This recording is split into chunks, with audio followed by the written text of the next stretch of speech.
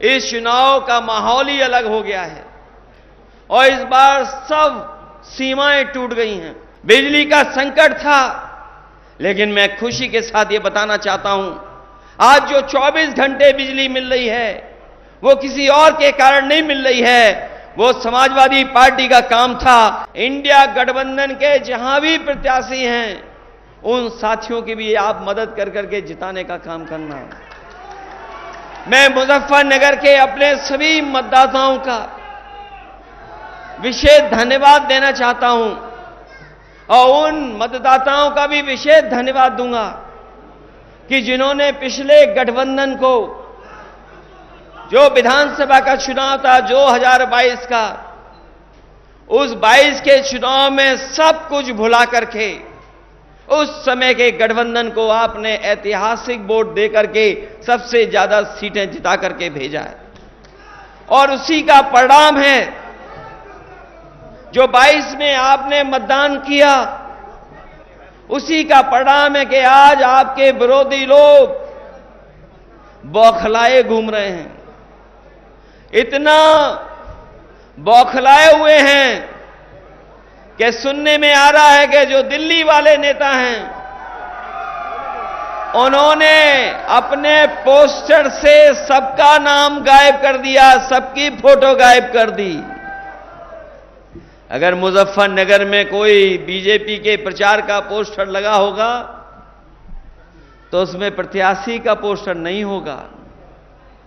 आप पता कर लें, प्रत्याशी का तो पोस्टर से पहले ही नाम गायब हो गया, फोटो गायब है और जिस समय वोट पड़ेंगे बीजेपी भी उत्तर प्रदेश से गायब हो जाएगी।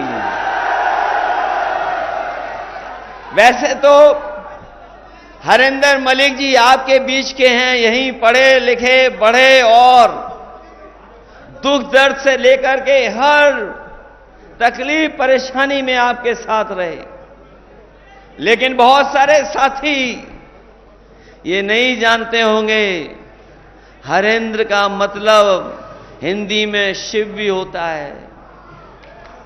जो लोग हिंदी को जानते होंगे वो जानते होंगे कि हरेंद्र का मतलब हिंदी में शिव भी होता है और इस बार आप जिताओगे तो आपका एक एक कष्ट और परेशानी को दूर करने का काम यही समाजवादी पार्टी के प्रत्याशी करने काम करेंगे। वैसे तो मुजफ्फरनगर में जब समाजवादियों की सरकार थी बहुत ऐतिहासिक काम हुए हैं। जो लोग उस समय की सरकार का कामकाज देखे होंगे, हमारे पत्रकार साथी जानते होंगे, जब समाजवादी सरकार बनी थी उस समय बिजली की बहुत किल्लत थी, बिजली का संकट था, लेकिन मैं खुशी के साथ ये बताना चाहता हूं, आज जो 24 घंटे बिजली मिल रही है वो किसी और के कारण नहीं मिल रही है, वो समाजवादी पार्टी का काम था कि तहसील से लेकर के नगर पालिका से लेकर के टाउन एरिया में अगर हमें सब स्टेशन बदलने पड़े थे, सब स्टेशन बनाने पड़े थे और सबसे पहले काम अगर बिजली का फीडर सेपरेशन का कहीं हुआ था तो आपके मुजफ्फरनगर में हुआ था। समाजवादी पार्टी ने फीडर को अलग कर करके आपकी बिजली का इंतजाम को बढ़ाने का काम किया था।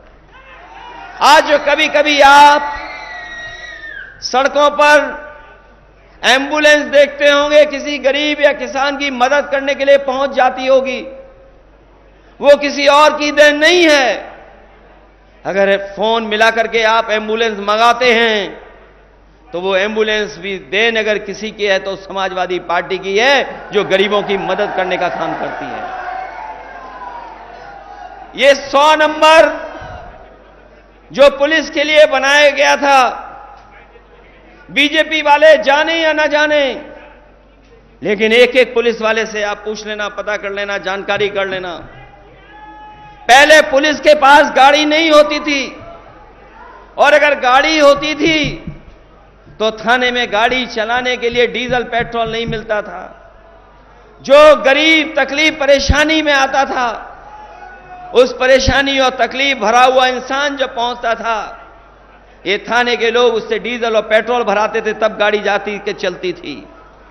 लेकिन समाजवादी पार्टी ने उस व्यवस्था को बदल करके पुलिस को 100 नंबर दिया और ऐसा इंतजाम किया कि अगर गांव में भी कोई झगड़ा हो जाए, तकलीफ परेशानी हो जाए, तो फोन करने पर आपकी पुलिस मदद करने के लिए पहुंच जाती थी। ये 100 नंबर बीजेपी के लोगों ने 112 कर दिया। गाड़ी नहीं बढ़ाई, 100 नंबर का 112 कर दिया।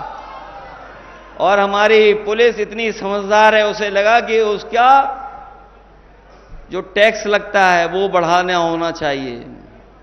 100 से 112 हुआ, पुलिस ने भी अपनी वसूली बढ़ा दी। बताओ बढ़ा दी कि नहीं बढ़ा दी? उन्हें लगा कि सरकार ने 100 से 112 किया है, इसका मतलब वो भी वसूली बढ़ा लें।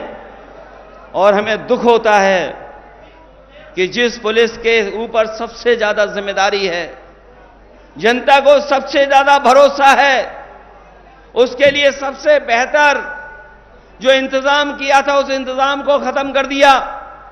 इन्होंने गाड़ी नहीं बढ़ाई, न गाड़ियां बढ़ाई, न गाड़ियों को बढ़ाने का इंतजाम किया। जो समाजवादी सरकार में चल रही थी वही गाड़ियां चल रही हैं। जब कभी केवल टायर बदल देते हैं, उसके अलावा कोई दूसरा काम इस सरकार ने नहीं किया है। और यहां पर जो नौजवान बैठे हैं, आगे से लेकर के पीछे तक, जो समाजवादी सरकार में लैपटॉप मिला था, बताओ अभी भी चल रहा है कि नहीं चल रहा है? जहां कहीं भी जिस घर में मिला होगा वो लैपटॉप चल रहा होगा। और जब कभी भी उसको चलाते होंगे तो उसमें नेताजी और हम ही लोग दिखाई देते होंगे, दूसरा कोई दिखाई नहीं देता।